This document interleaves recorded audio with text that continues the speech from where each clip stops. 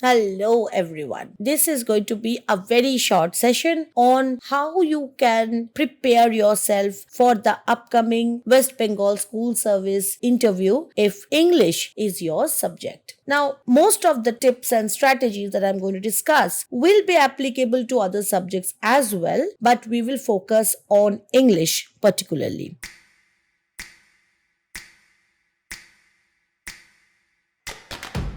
See, an interview judges you mainly on four levels. Your subject knowledge is already judged in your MCQ exam. But still, some random fact might be asked. Your teaching aptitude, your general awareness, and your personality. The last one we'll discuss first. How do you give them an idea of what kind of a person you are? You will get a very short time period. First, a dress, a clothes. It's a misconception that you have to wear a sari. If you are a woman, you don't have to do any such thing. Wear decent clothes, things which you are comfortable in. They must be official. So if you're wearing a kurti, make sure it's not very bright colored but sober and official. And sari is often a good choice for the ones who can carry it. All right. So if you're not comfortable wearing a sari, don't do that for your interview, please. Coming to your teaching aptitude, I'm talking about demo teaching here. Try to select any piece which is there in the syllabus of either 9, 10, or 11, 12. Okay. Try to select any poem piece. Then what will happen? First of all, the interviewers will be impressed that you are sticking to the syllabus, and at the same time, they can actually understand how you are going to teach in class. Now, the next question is, should I teach in English or Bengali? If you are capable of using very simple English, then I would say that you should use as many English sentences in your demo teaching as possible. And for complex ideas, you can translate them in Bengali. All right. So the ideal situation is use a bilingual mode, but use more English than Bengali and try to imagine a group of class 8, 9, 10 students in front of you. So try to use that kind of a vocabulary which they will understand. Those kinds of examples of life during your teaching that they can relate to.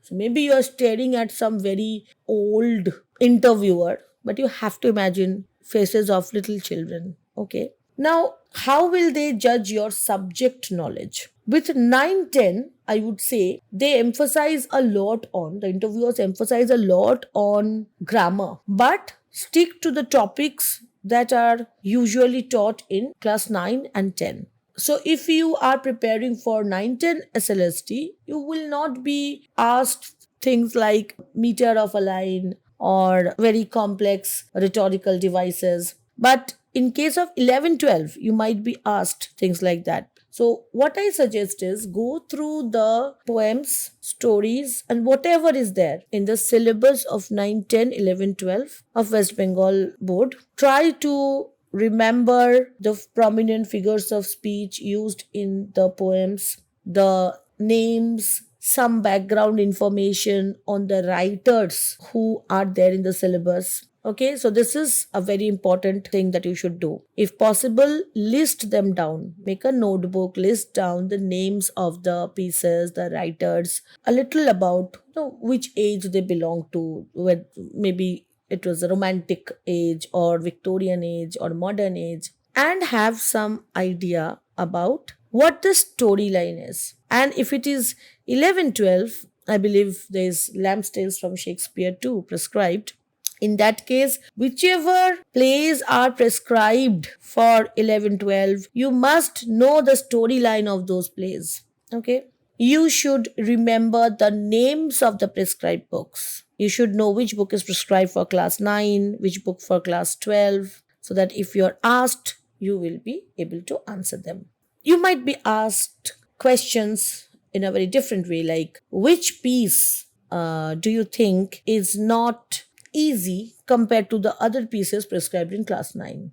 Vague questions like that can come. So once you know the syllabus, it will be very easy for you to approach. And if you were already engaged as a teacher, I know how sad that is for you, but still that's an advantage because you know the syllabus inside out. Okay. So use that as your advantage. So this is one section. Another section might be history of literature. It's a very common question that interviewers ask students or candidates. What is your favorite age? Now, usually what happens, students mention an age, but they forget all the aspects of that age. For instance, if somebody says that romantic age is my favorite age, and the interviewer then asks that person, tell me the name of two novelists from the romantic age, the student or the candidate might not be very confident this time, because when he or she said romantic period, he or she assumed that the next question is going to be on the poets, because poetry is more important for romantic age. That is true.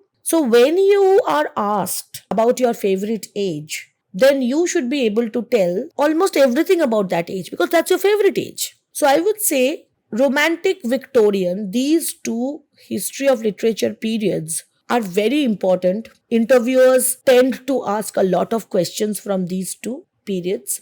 You can watch my history of literature series to revise through them. Another important area from which you might be asked questions is, which is your favorite Shakespeare's play? There also be very careful. Mention the name of the play which you really know very well.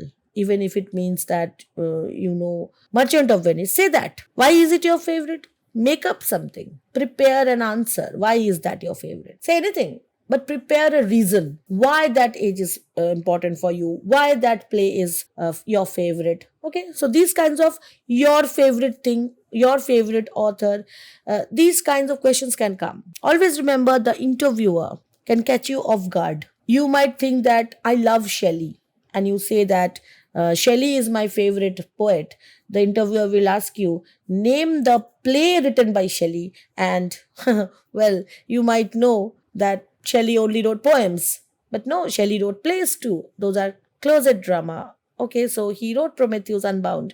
So you have to prepare your favorites section like this. One favorite age. Try to know about all kinds of things written during that age. Favorite poet. Try to know about other kinds of works written by that person. Okay. And then prepare history of literature. Don't try to mug up all the plays of Shakespeare and their summaries. Stick to the ones prescribed for 11, 12. That is Lamb's Tales from Shakespeare. Only those ones. Now coming to the next chunk, the grammar. You will be possibly asked at least one grammar question which is connected to things like difference between phrase, clause, gerund, infinitive. Okay, maybe they will ask you to give a sentence where future perfect tense is used. Okay, so you have to revise chapters on tense, chapters on mood, simple, complex, compound. Usually transformation of sentence is not going to be asked, because like they won't be saying sentences to you. They would rather ask you to explain concepts. They might ask you, explain to us what do you understand by gerund. Okay, and what is the difference between gerund and a regular verb. So these kinds of questions can be asked. Difference related question. I mean, where one term is set against another. A very common thing is difference between phrase and clause. So try to know all these details. General awareness, usually in that interview board, there might be exception, but usually you would find there is somebody who is always very bothered about your general awareness, environmental issues, recent education policy, NEP 2020, what are the focus areas. So try to look up small little details, especially of what kind of NEP policies are implemented in our schools in West Bengal. You will have online resources on them. So try to go through them. Okay. Another thing is, you should be aware of the various scholarships that are available to students of schools. Yes, they might ask you. There will be that one very government loving person who would want you to tell if you know about the various schemes that are run by government to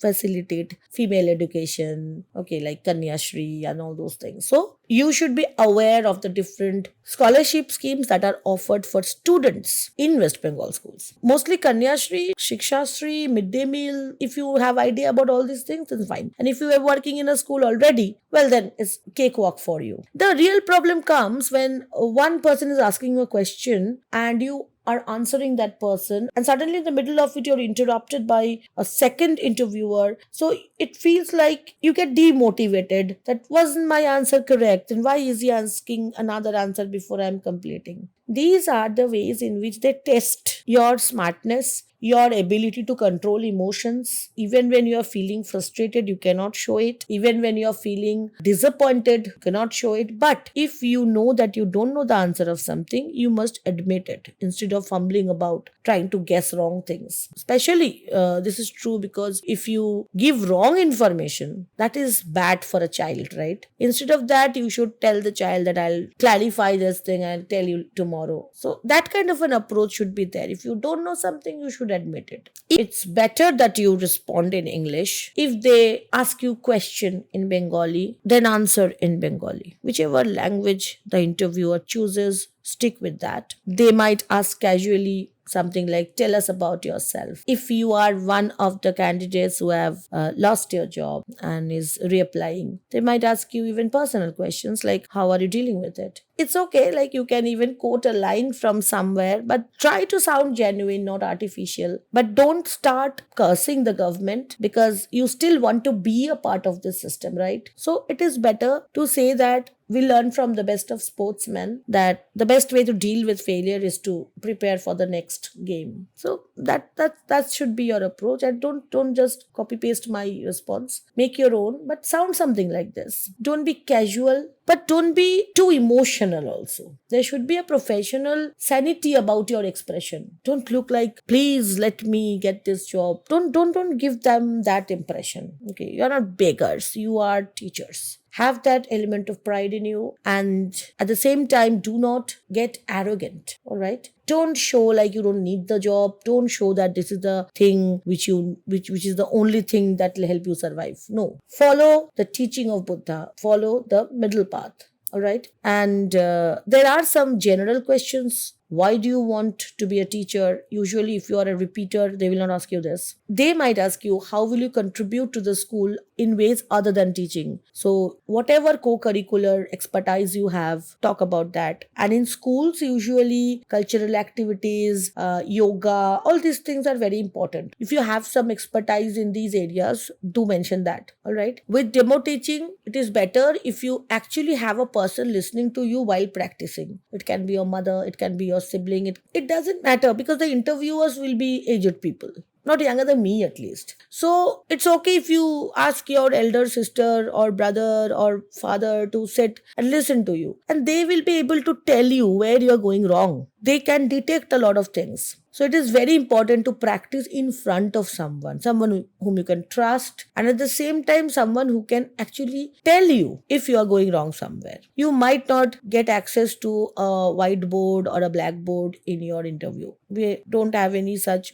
guarantee. You might not even be asked to do a demo teaching if they run short of time. So be prepared, don't look disappointed. With whatever resources you have, try to manage the whole thing. If they ask you a question like, what disciplinary measures do you take or would you take if a class of 60 students start screaming suddenly? So you have to understand that you cannot talk about any negative disciplinary measure.